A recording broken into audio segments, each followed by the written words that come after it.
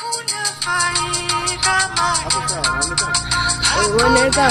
hakuna faida maana, ni bora umtafute Mwokozi Yesu, maana bado anapatikana.